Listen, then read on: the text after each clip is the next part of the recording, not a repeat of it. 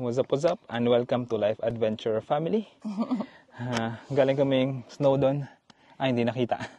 Pababa na kami, at habang pababa kami ay pag-usapan natin tong isang topic, which is sustainable travel, yung ginagawa namin. Nag-spark tong idea na to dahil dun sa isang post sa Filipino-UK group. Ang post is, hindi na daw niya tinuloy yung travel niya dahil masyadong mahal yung gagastusin, which is 1,400 pounds for 4 days. So, ayun, hindi na daw niya itutuloy kasi mahal. Ako, mahal naman talaga, sobra. Parang hindi siya, for us, hindi siya worth it or hindi siya worth it. Alam mo na ibang term. So, yun. For 4 days kasi. Oo, 4 days, 1,400. Yeah. So, yun yung pag-usapan natin. Sustainable travel. Or, paano kami nagtitipid kapag nagta-travel. So, merong 3 main things na gagastusan kapag nagta-travel, which are accommodation, food, and transportation. Yun lang naman talaga yung main. Siguro yung mga pasalubong, hindi na natin bang ano yun. Pero yun yung yung tatlong bagay na yun yung... Hindi pwedeng mawala. Oo, hindi pwedeng mawala kapag nagta-travel ka. So, para makatipid, ito yung mga ways na ginagawa namin. Pero bago yan, disclaimer, may kanya-kanya naman talagang ways of travel. May kanya-kanyang trip or preference. Like, yung iba, luxury. Yung iba, mahilig sa food, kaya hindi pwedeng tipirin yung food. Yung iba, sa activities. Yung iba, mahilig sa beach. Or, ayun, mga ganon. Oh, basta yun. Basta ano siya, comparison siya ng luxury at sabihin na natin backpacking. Yeah. Pero kami, ang preference kasi namin is... Tipid talaga. Tipid talaga. Lahat. Kung kayang tipirin talaga lahat, oo, titipirin namin. Titipirin namin dahil, ayun nga, sustainable travel, mas gusto kasi namin na nagagawa namin siya palagi kaysa sa luxury, pero 4 times a year mo lang ginagawa yung mag-travel, tas super planned and everything. Oo. Parang maubos kasi yung budget kaya mas magandang tipid sa mga gastusin para tuloy-tuloy lang yung ginagawa mo na yung hobby mo na kung saan ka masaya. So yun, paano tayo nagtitipid sa accommodation? Hindi, gusto ko din sige. mag-share ng insights. Mm-hmm. Ano siya, yun nga parang maganda siguro i-prioritize mo kung ano talaga yung mas important sa'yo. Uh-huh. Like for example, yun nga, mas importante ba sa'yo na matulog ka sa magandang accommodation pag nagta-travel ka? Or yung iba kasi parang ang pinunta nila doon, like yung magagandang hotel, ganyan. Or mas importante ba sa'yo na ma-experience yung food ng isang lugar na pupuntahan mo? Kung ano yung like yung mga specialty doon?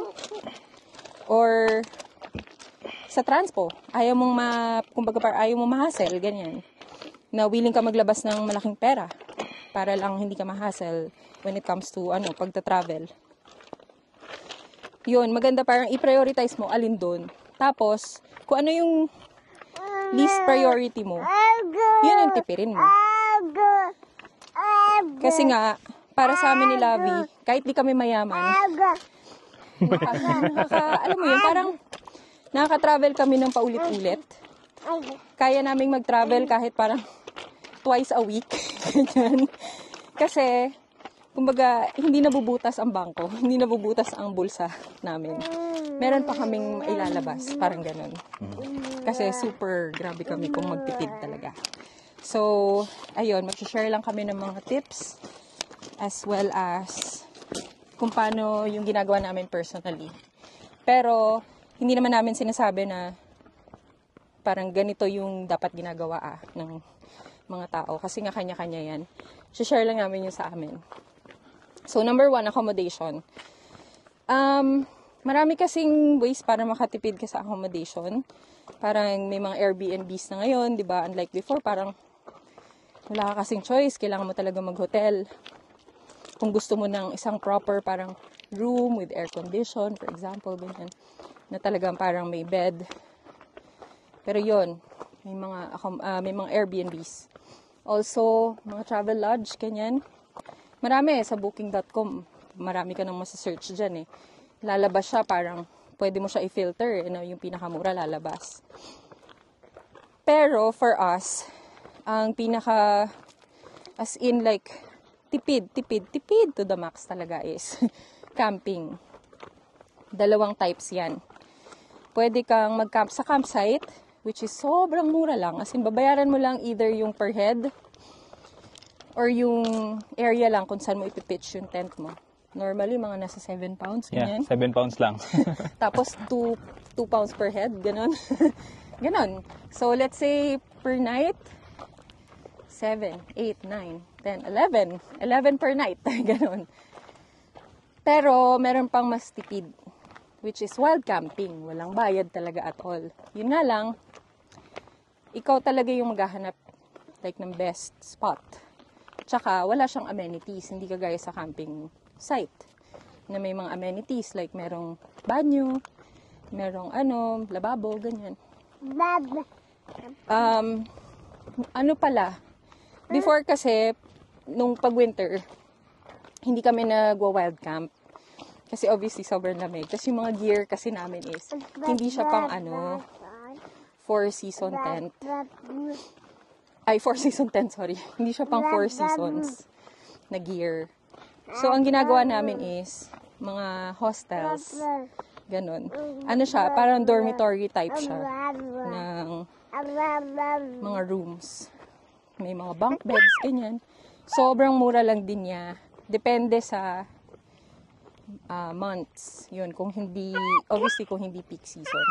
Ang pinakamura ata natin, Labi, magkano? Per night. 15 pounds? 15. Oo. Tapos sobrang pa niya.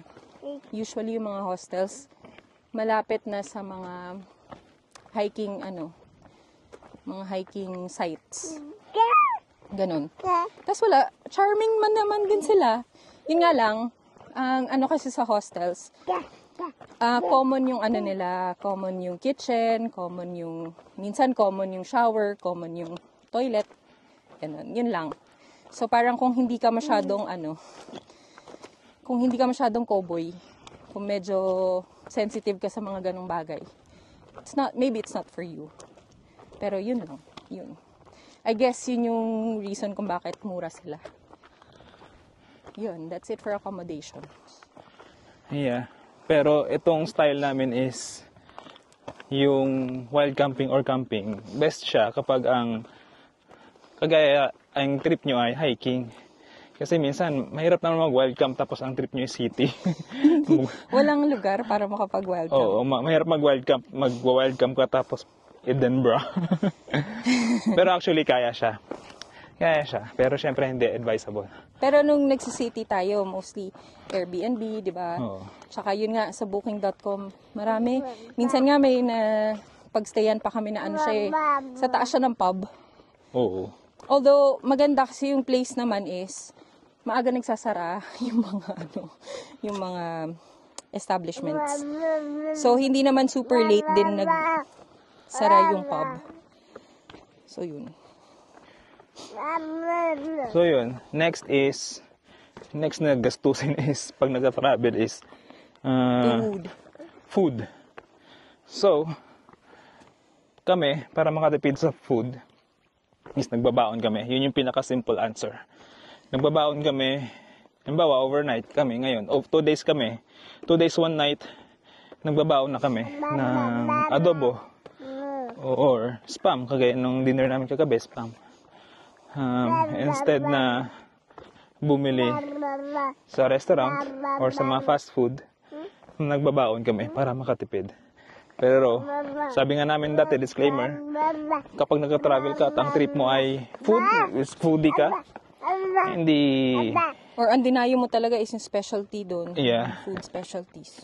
hindi okay yung Baon. magbaon. Ang isang advantage pa kapag nagbabaon ka, it saves time dahil hindi ka na pumunta sa restaurant, pipila, at Yung time. oo. Ayun, pero hindi ibig sabihin nun, hindi kami kumakain ng fast food at restaurant. Minsan pag nag-travel kami, kumakain kami. Lalo na pag may special occasions. Pero most of the time, baon. So yun. Babaon kami. And last is, or may add ka? Sa food, Yes. wala naman. Yun lang, magbaon. Last is transportation. Kami, kasi commuters kami, wala kaming sasakyan. So, nagte-train kami. Yun madalas. Ang tip namin dyan, if possible, kumuha kayo ng rail card. Kasi sobrang laki yung mga discounts niya. So, sulit siya, bayaran monthly. Yearly pala yung rail card. Sulit siyang bayaran yearly. So, kami ni Lovey, since mga couple kami, 2 together yung rail card na kinuha namin. Then, also, pwede rin kayo mag-search, lalo na kung nag-work kayo sa NHS. May mga discounts kasi din na available. Pwede ka rin mag-book ng mas maaga. Like, for example, may nakaplano ka na talagang dates kung kailan ka magta-travel. Book parang a few months before your travel. Mas mura din yun. Then, what else? Also, consider nyo din yung mga coach. Kasi mas mura sila if you don't mind mag-travel ng mas mahaba. Minsan naman, pag chinek mo, parang halos same lang din eh. Yung difference ng time. Yun. So, check nyo lang din yung mga coach. Kasi ako, naalala ko before, sobrang mura kasi ng coach going to London, from Liverpool to London. So, tinitiis ko talaga, like yung 6 hours, natutulog na lang ako. Ginagawa ko na lang, binubuk ko yung gabi. Like 11 to 6 in the morning, ganun. Para itutulog ko na lang siya. Or kung hindi man, galing ako ng night shift. Kasi bubuk ko yung umaga. Dating ko sa London gabi, ganun. Basta ang point, yung haba nung travel, itutulog ko lang siya sa loob ng bus.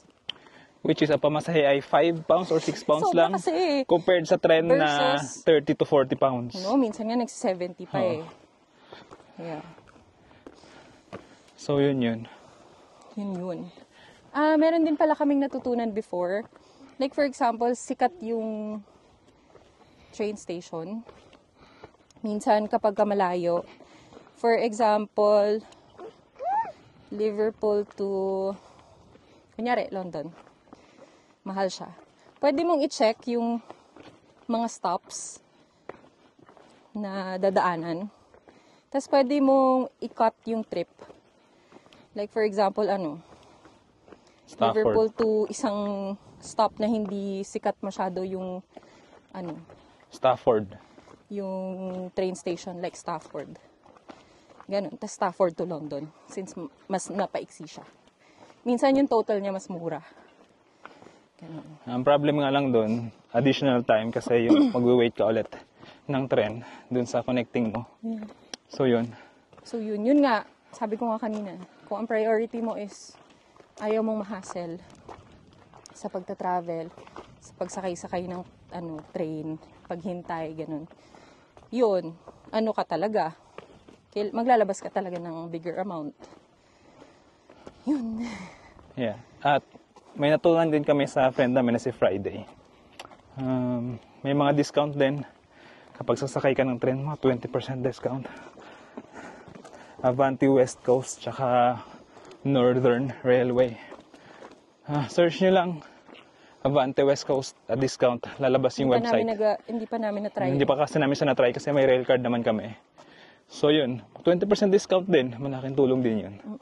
So yun, shout out kay Friday. Kasi yun yung ginagawa niya. Kasi syempre pag more than 30 years old ka na kasi, hindi ka na makakuha ng single na rail card. Kailangan two together na. O two together kapag more Or than family. 30 ka na, o family yon. Since dalawa naman kami, kaya may two together rail card kami. So, ayun. Kaya kami, kahit every week, basta may 2 days off, 3 days off, kaya namin na mag-travel dito sa Lake District. Lalo na dito sa Lake District kasi Kabisado na. oo. Tsaka expensive siya. Expensive siya lalo na sa accommodation. Mahal siya talaga. Dahil siya sa pinakamaganda dito sa UK. So, ayun no, yun yung tent namin. 1, 2, 3. Tsaka dumating pa nga tayo sa point na alam mo yung wala ng plano-plano. Yeah. Kasi kapag magbubook ka kasi ng accommodation, syempre may mga fully booked na ganyan. So, kailangan mo talaga planuhin like a month before yung travel mo. Kami parang, bukas tara, ganon. Yeah. Lalo na kung magwa-wild camp kami. Kasi wala nga kaming accommodation na iisipin. Less stress pa. Pero syempre, kung ang trip nyo ay hiking, yun talaga. Pero kung city-city, mahirap nga mag-wild camp. Pero may mga campsites naman sa city-city. Pwede yung gawin yun. Problem nga lang, mag-invest na naman sa mga gear. Pero mababawi nyo rin. Kung yun talaga yung gusto nyo. So, example nga, yung tent to. Yung tent namin dyan. Diyan kami nakapwesto. So, ito yung Snowdonia National Park. Ano yung snow doon, di pa rin kita. Mamaya. So, ayun. So, I guess, ang summary lang talaga niyan is, siguro, isipin mo lang talaga kung ano yung priority. Kumbaga, huwag ka mag-splurge sa lahat ng yun, sa accommodation, sa food, at sa transpo. Parang mamili ka lang, parang ganun. Na wala naman ding masama kasi, 'di ba, kung mag-splurge. Or kung yun talaga yung gusto mo. Kasi, after all, kaya nga nag-vacation eh. Kasi, 'di ba, gusto mo mag-relax. So, kung ano yung magpapahappy sa'yo, yun yung gawin mo. So, yun lang. Parang ang tip lang talaga kung paano makatipid. At the same time, still enjoying is, it's either, parang tipirin mo lahat, tipirin mo ng parang moderately lahat, or parang mag-splurge ka sa isa, at then tipirin mo ng todo yung iba. Parang ganun. Yeah. Di ba? Yes. So, ayan. Say hello. Blow a kiss. Hello, kiss. Blow a kiss. Wow, naman. Sarap naman niya. Galing ah. Ang galing ah. Last one, blow a kiss. What's up, what's up? Amoy leak. What's up, what's up? What's up, what's up? What's up, Miguel? Ano naman? Say what's up, what's up? up? What's up, what's up? Yun lang talaga. So, ayan. Thank you for watching. Sana may natutunan kayo sa mga pinagsasabi May namin. napulot. And salamat sa susunod na video ulit. Bye! Bye!